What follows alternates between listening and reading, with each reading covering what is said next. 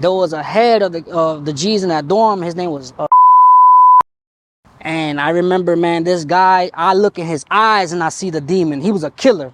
He did not play. And I remember he took control of the situation, and he was like, he stabbed you? And he's like, yeah, man, but he's my brother from the street, man. He was like, I don't give a damn. He's like, ain't nobody gonna stab a gangster and get away with it. So he was like, you either gonna stab him or you gonna get stabbed.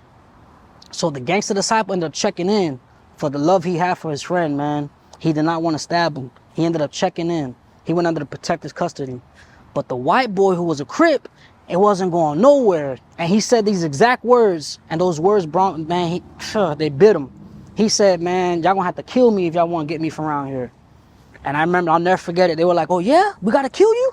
And I remember they went to their lockers and they packed up their stuff and they wrapped themselves up with the canteen bags. And I remember they had the biggest knives in the dorm, real sharp and heavy duty. And I remember, man, they went after him and they got a group of him and they kept hitting him and hitting him and hitting him and hitting him. And we're all sitting on our racks and we're watching this. And I remember, like, I seen a few stabbings already, but it's another thing when you see somebody just gruesomely just murdering. It's like, you're like, I was like, oh my God. They just kept going and going, stabbing him. The man said, I feel my life leaving my body. And he was just so, like, just dead limp. And I remember, man, they kept stabbing him. They left him under the chess table. And there was blood everywhere. And they locked us down, man.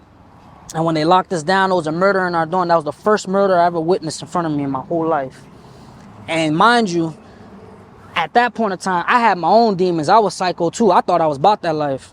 Man, that put me in check. I was on bunk check. Nobody got off their bunks, witnessing a soul leave from their body. So now, you know, we get shook down, whatnot, and we had a little thing going on, and it was the Bloods across from us and all the Latinos over here, and there was a nieta named Flaco, a Latin syndicate named we call him, and he was the plug for the dorm, and we had a 27 that was with us. His name, man, God bless him, man.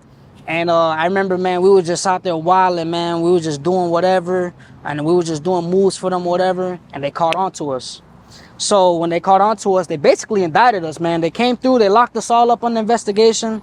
I did 90 days on the investigation, 90 days in the box. I was 180 pounds when I went in. I got out the box 160 pounds. My homeboy saw me.